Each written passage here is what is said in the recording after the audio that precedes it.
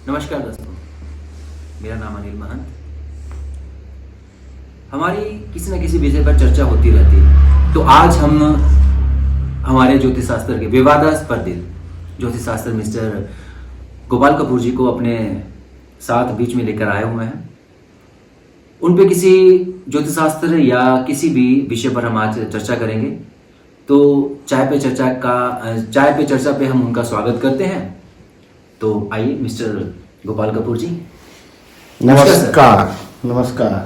कैसे सर? अनिल जी ठीक ठाक है? बहुत बढ़िया सर। ये बहुत बढ़िया किया आपने मेरे लिए चाय और सिगरेट। हमने सुन रखा था और जहाँ की हमारे जानकार जानते हैं कि आप सिगरेट और चाय के बड़े शौकीन हैं, तो हमने सोचा कि चलो आज आपको चाय पे और सिगरेट पे बुलाते हैं, सिगरेट चर्चा पे बुलाते हैं। मैं दिन में 25-30 कप चाय के और 5 पैकेट सिगरेट के पीता हूँ। सर जहाँ तक मैंने सुन रखा है सिगरेट और चाय स्वास्थ्य के लिए हानिकारक होती है, तो फिर आप इन चीज़ों पे, आप तो खुद इतने ज्ञानी हैं, इन चीज़ों का जानकार भी हैं आप। इस पर मैं बाद में बताऊंगा। जी सर। सबसे पहले मैं आपको बताना चाहता हूँ कि जिसने अपना मूलाधार चक्र कंट्रोल कर लिया ना, वो हमेशा जवान। अच्छा। वो मूलाधार चक्र की बात बाद में करेंगे किसी और वीडियो में। मैंने काफी वीडियो बना रखे हैं। जैसा कि दर्शक देख ही रहे हैं हमें, तो गोपाल जी आते ही शुरू हो गए अपने ज्योतिष शास्त्र पे। तो चाय पे चर्चा शुरू करते हैं और इनके साथ बात ऐसे ही जारी रखेंगे। तो शुरू करते हैं। जी गोपाल जी, आप कुछ कह रहे थे? देखिए, ज्योतिष एक ज्ञान की चीज है। जी। इसको बांधा नहीं जा सकता। जी। ठीक है जी। जैसे कुछ लोग मुझे कहते हैं भाई ये तो ब्राह्मणों का काम है। सर इस बात को, टॉपिक को शुरू करने से पहले मैं एक छोटा सा क्वेश्चन आपसे पूछना चाहता हूँ अपने दर्शकों के लिए कि देखो, हर एक चीज़ का किसी ना किसी को एक शौक होता है। तो आपको ज्योतिष शास्त्र का शौक कब से लगा और कैसे लगा? देखिए जी, ज्योतिष मैंने स्कूल समय से शुरू किया था। जी। मैं 3rd-4th में पढ़ता था, तो मेरी इसमें रुचि थी कि भविष्य में क्या होगा। तो मतलब विवादों से आपका शुरुआत से ही चोरी दामन का साथ है, बिल्कुल, जैसे कि हम कह सकते हैं। तभी आप हर चीज में विवादास्पद रहते हैं। Yes yes yes yes. अच्छा गोपाल जी, अभी आप वर्ण व्यवस्था की बात कर रहे थे। तो चलो आज का जो हमारा शास्त्रकार है उसका क्यों ना हम इसी पे चर्चा शुरू करते हैं। बिल्कुल। तो गोपाल जी, मैं एक आप ही से बात पूछना चाहता हूँ। जैसे कि आप वैश्य हैं, वैश्य वर्ण से आप हैं, तो आप ये ब्राह्मणों वाले काम, जैसे मैं ज्योतिष शास्त्र को प्राचीन काल से ब्राह्मणों का माना जाता था, तो ये कैसे शुरू किया आपने? सबसे बड़ी बात, जी। अंग्रेजों के समय से, मुगलों की गुलामी के समय से लोगों ने वेद शास्त्रों को पढ़ा ही नहीं। जी जी जी। किसी ने आज तक मनुस्मृति को पढ़ा ही नहीं कि मनुस्मृति में लिखा क्या है। पढ़ा आपने? नहीं। आपने नहीं पढ़ा, सुनी सुनाई बातें। जी जी जी जी। जो किसी ने बता दी राजनीति के कारण, वो दिमाग में बसा ली और पर चल पड़े। जी जी। मनुस्मृति में ये लिखा है कि जब ब्रह्मा जी ने सृष्टि का निर्माण किया, जी जी। उस समय उन्होंने सबसे पहले सप्तऋषि, जी। नक्षत्र, तारामंडल को उत्पन्न किया। तो जितने हमारे जैसे पृथ्वी के चारों ओर अगर हम 27 भाग करते हैं, 27, कुछ शास्त्रों में 28 कहते हैं। जी ठीक है जी। तो वो नक्षत्र कहलाते हैं, राइट जी। तो चंद्रमा जिस भी नक्षत्र पे होता है, अगर मान लो अभी अभिजीत नक्षत्र पे है जी। और आपका जन्म हो गया, तो आपका जन्म नक्षत्र ज्योतिष के अनुसार अभिजीत नक्षत्र है। मेरा पुनर्वसु में हो गया तो मेरा पुनर्वसु है। ठीक है। तो ब्रह्मा जी ने मनुस्मृति में सबसे पहले ये कहा गया है कि जो हमारे 27 नक्षत्र हैं उनके कुछ गुण धर्म होते हैं। जी। ठीक है जी। तो उन 27 नक्षत्रों को वर्ण दिए गए हैं। कुछ नक्षत्र ब्राह्मण वर्ण के हैं, कुछ क्षत्रिय, कुछ वैश्य, कुछ शूद्र। तो मतलब आप कहना चाहते हैं जो 27 वर्ण जो है उन्हीं के हिसाब से या उन्हीं के जोड़ से? बिल्कुल। जी जी जी। जैसे मान लिया आपका जन्म नक्षत्र पुनर्वसु नक्षत्र में हो गया। ठीक है जी। ठीक है। तो पुनर्वसु नक्षत्र का जो वर्ण आता है वो शूद्र है। ठीक है जी। तो आप में शूद्रों वाले गुण हो जाएंगे। अगर मान लिया किसी का नक्षत्र से उत्तरा फागुनी में हो गया, जी। तो उत्तरा फागुनी नक्षत्र की जो वर्ण है वो क्षत्रिय है।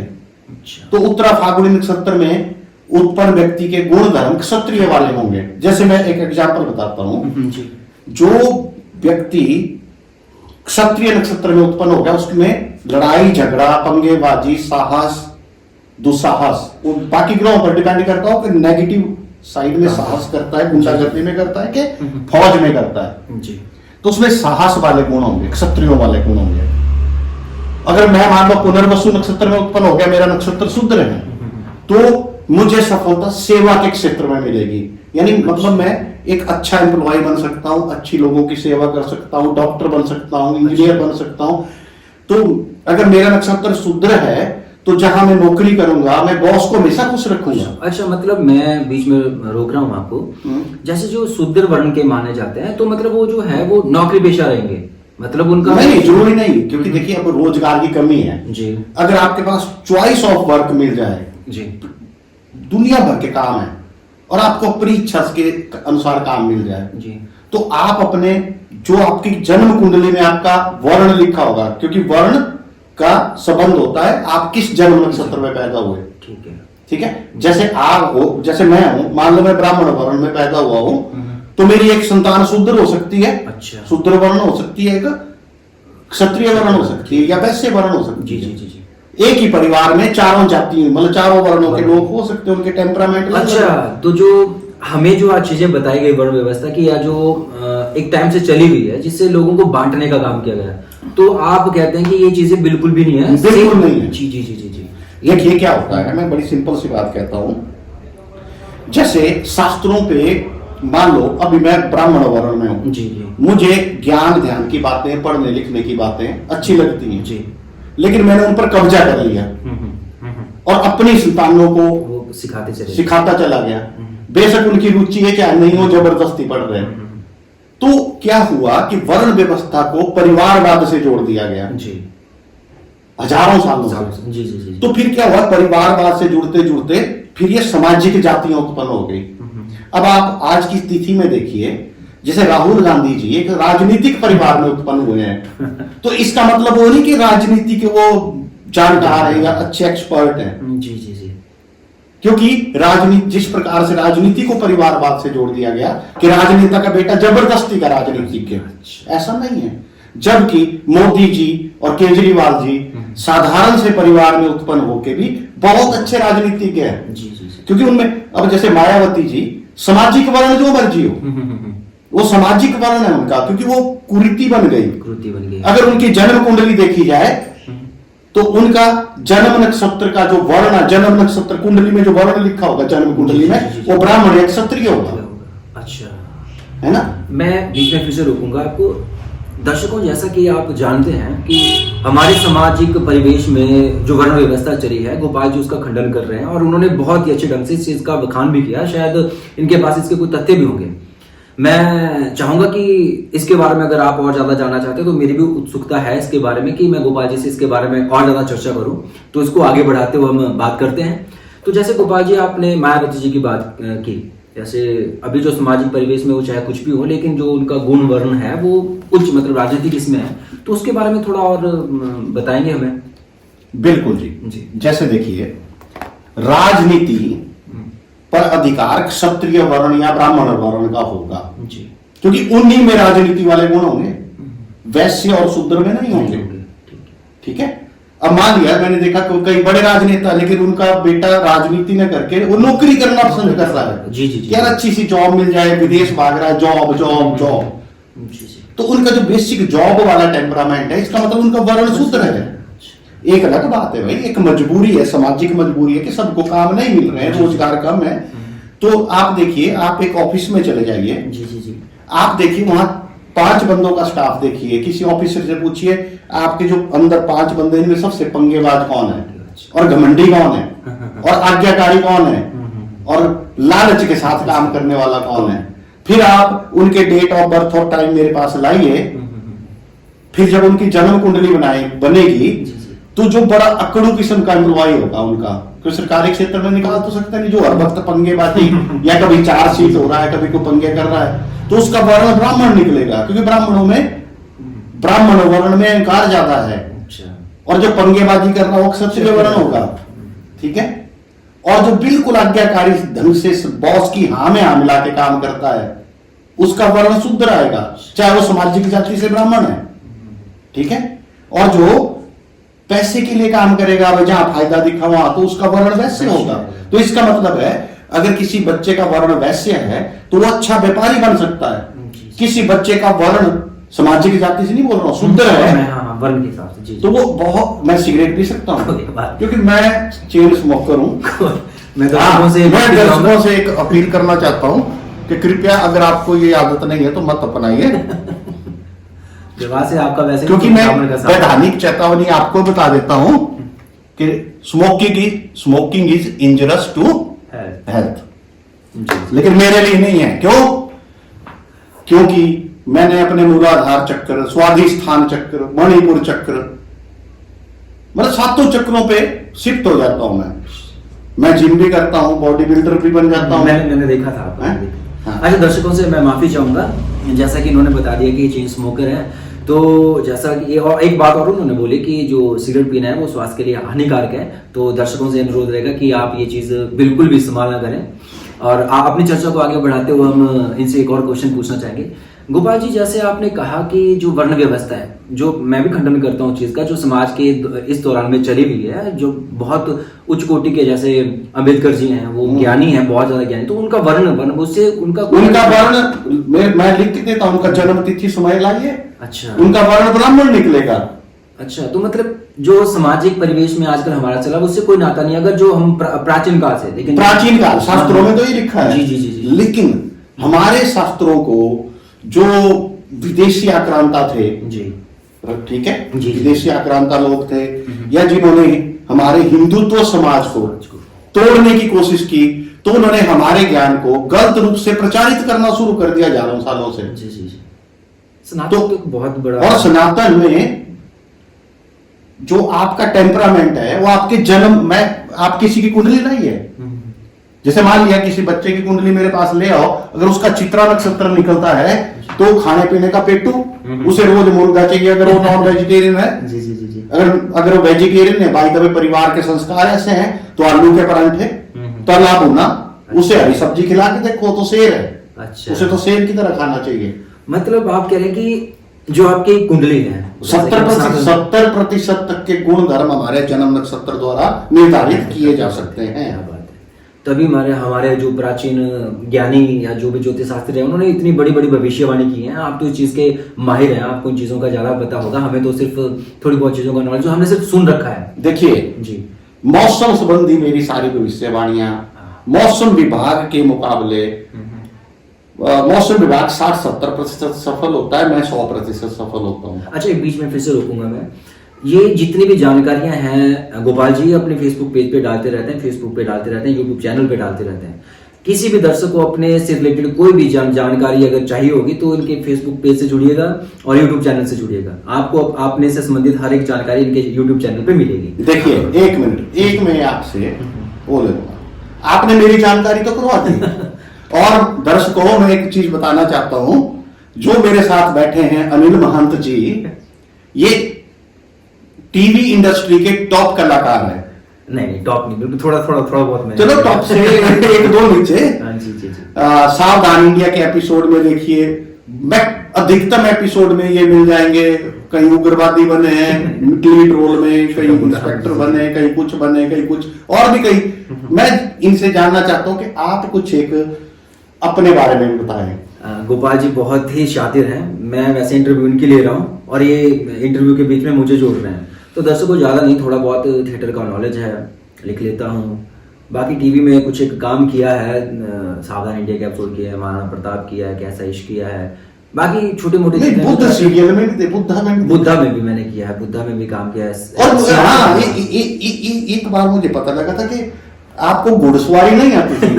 इनको घुड़सवारी नहीं आती थी और शूटिंग में घोड़े पे बैठ गए और गिर गए, उसके बाद मैं दोबारा कभी घोड़े वाला जो भी सीन होता मैं इनकार कर देता था। लेकिन ये मेरे बारे में आपको जानकारी कैसे? चलो, मेरे को लगा कि मैंने ही आपके बारे में जानकारी हासिल किया, लेकिन आपने भी थोड़ा बहुत मेरे बारे में। मैं पूरी रिसर्च करता हूं और एक व्यक्ति अच्छा, बीच में रोक रहा हूँ, फिर से माफी चाहता हूँ, मेरे बारे में काफी हो चुका है। अब गोपाल जी से ज्योतिष शास्त्र के बारे में और जानकारी लेते हैं, यहाँ से लेते रहेंगे हम। तो आप वर्ण व्यवस्था के बारे में बता रहे थे गोपाल जी, तो ऐसी जो सामाजिक बुराइयां हैं, जो चीजें, उनका आप कैसे खंडन करेंगे? मैं शास्त्रों के आधार पर खंडन करूंगा जी। अगर कोई भी दर्शक जो प्रचलित जाति व्यवस्था है, अगर उसका कोई शास्त्र का आधार बता दे ढंग से पढ़ के, सुनी सुनाई बातों के आधार पे नहीं, मनुस्मृति पढ़िए, उधर देखिए, आप शिव पुराण को पढ़िए। शिव पुराण में जब ब्रह्मा जी ने सृष्टि का आगाज किया तो सबसे पहले एसेक्सुअल सृष्टि बनी थी। जी जी। मतलब जैसे आज देखते हैं आप, जो बैक्टीरिया वायरस होते हैं उसमें मेल फीमेल नहीं होता, कुछ एक प्राइमरी जीवों में मेल फीमेल का कॉन्सेप्ट नहीं है, वो डिवीजन या किसी और तरीके से अपना प्रजनन करते हैं जी। लेकिन जब सृष्टि ब्रह्मा जी उस सृष्टि से संतुष्ट नहीं हुए तो उन्होंने भगवान शिव की आराधना की, और भगवान शिव से उन्होंने कहा कि आप स्त्री को उत्पन्न करिए। तो भगवान शिव ने शक्ति रूप में स्त्री को उत्पन्न किया। उसके बाद सेक्सुअल सृष्टि का आधार बना। यही विज्ञान भी कहता है, सबसे पहले सृष्टि या जीवन एसेक्सुअल फॉर्म में आया, फिर उसके बाद धीरे धीरे डेवलप हुआ और सेक्सुअल में बना। क्योंकि आपने अगर बायोलॉजी कुछ पढ़ी है तो आपको पता है कि जैसे जैसे सेक्सुअल रिप्रोडक्शन से जो है जीव उन्नत होते गए, उनका गुणधर्म बढ़ते गए। तो मतलब आपका मानना, जो भी आपका ज्योतिष शास्त्र विज्ञान को भी साथ लेके चलता है, विज्ञान पे आधारित है। बिल्कुल जी जी जी जी। अगर आप मेरे वीडियो देखें जिसमें मैंने 7 चक्रों से जोड़ के बताया इनको, जैसे हमारे 7 चक्र होते हैं, ऊर्जा चक्र, मूलाधार, स्वादिष्ठान, ये ऐसे 7 चक्र हमारे शरीर के अंदर है, उसके बाहर भी होते हैं, नो डाउट, बाहर वाले की बात बाद में। लेकिन अगर आप इनको आप अपनी एंडोक्राइन ग्लैंड्स जो होती हैं हमारी 7, टेस्टिस आदमियों में, ओवरी स्त्रियों में, जी जी, ये मूलाधार है और कुछ नहीं है। इसी प्रकार जो एड्रेनल ग्लैंड होती है जो हमारी किडनी के साथ होती है, हमारा स्वादिष्ठान चक्र है, और स्वादिष्ठान चक्र से ही हमारे भय और साहस के हार्मोन निकलते हैं। मणिपुर चक्र जो हमारा डाइजेस्टिव सिस्टम है, अनाहत चक्र जो थाइमस ग्लैंड है, इसको अनाहत चक्र, विशुद्धि चक्र जो हमारे थायराइड है, आज्ञा चक्र जो हमारी पिट्यूटरी ग्लैंड है, और सहस्रारा चक्र जो हमारी पीनल ग्लैंड है। तो मैंने इस आधार पे बहुत से लेख लिखे हैं जो मैंने ऊर्जा चक्रों को इसमें जोड़कर बताया हुआ है, और पूरा वैज्ञानिक रूप से एक्सप्लेन किया गया है। मतलब जो भी ज्योतिष शास्त्र है हमारा, वो विज्ञान पे ही आधारित है, विज्ञान पे। जी जी जी जी जी जी। तो दर्शकों, जैसा कि आप लोगों ने अभी सुना हम लोगों को, और वर्ण व्यवस्था पे और अन्य चीजों पे हम ऐसे ही अपनी वीडियो बनाते रहेंगे। और मैं चाहूंगा कि गोपाल जी इसको जारी रखते हैं या फिर अभी इसको आप आगे दें। देखिए, आज के लिए मैं समझता हूँ इतना काफी है, हम धीरे धीरे सारे चीजों पर बना। अच्छा, एक बात और, आप अच्छे कवि भी हैं। आप अपनी कविताएं कब सुनाएंगे? मैं बहुत जल्दी, मैं दर्शकों से वादा करता हूँ। आप भी अपना चैनल बनाइए ना। इतने प्रसिद्ध कलाकार हमारे साथ बैठे हैं। चलिए, पक्का पक्का। ये मैं तो 2010-11 में जब टीवी देखता था, तो जब टीवी चैनल बदलता था तो किसी न किसी चैनल पे अनिल जी मुझे दिखाई देते थे हर वक्त, 24 घंटे। चलो, मैं वादा करता हूँ कि अपना यूट्यूब चैनल लेके आऊंगा और अपनी कविताओं का पाठ और अदर चीजें जो भी हैं उसको उस पर लेके आऊंगा। गोपाल जी से ये वादा रहा। लेकिन मेरे दर्शकों से ये अनुरोध रहेगा कि आप यूट्यूब चैनल पे हमारे साथ जुड़ेंगे, और जो भी अगर आपकी कोई भी इंक्वायरी रहेगी या कुछ भी अगर आप गोपाल जी से पूछना चाहते हैं, उनके यूट्यूब चैनल पे कमेंट बॉक्स पे जाइएगा और कमेंट कीजिएगा। हम कोशिश करेंगे उस जो भी आपका क्वेश्चन रहेगा उस पर एक वीडियो बनाएं और अपने यूट्यूब चैनल पे उसको डालें। तो आज के लिए इतना ही। धन्यवाद। धन्यवाद।